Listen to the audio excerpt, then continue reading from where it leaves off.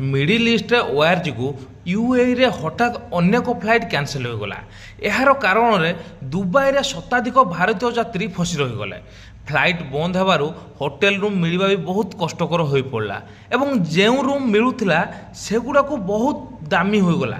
केतेक परिवार जो मानक मध्यरे थकाथुकी भाव में वृद्ध लोक एवं छोट छुआ मैंने राति रहिबा पई जागा खोजबार बहुत असुविधा पड़े।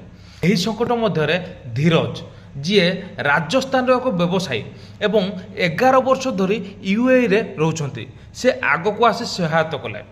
दुबई रे अनेक भारतीय फसी रही बोली जानिबा परे से आजमान रे थिबा तांकर फार्म हाउस रो द्वार समस्त खोली देले, जहा द्वारा से माने सुरक्षित भाव रही पारिबे।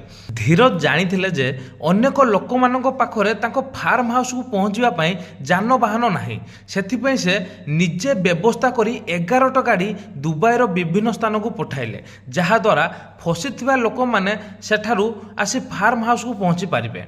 फार्म हाउस रे धीरज यात्री मानक पई खाद्य एवं शोइबा पई बेड एवं सुरक्षित आश्रय सब व्यवस्था करी रखिथिले।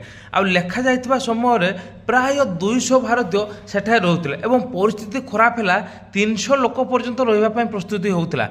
जदिओ धीरज चाहिए यूएई छाड़ी जाई पारिथांते किंतु से ताहा करि नथिले। से फसिथिबा लोक मानक सहित रही सहायता करबा को चयन कले।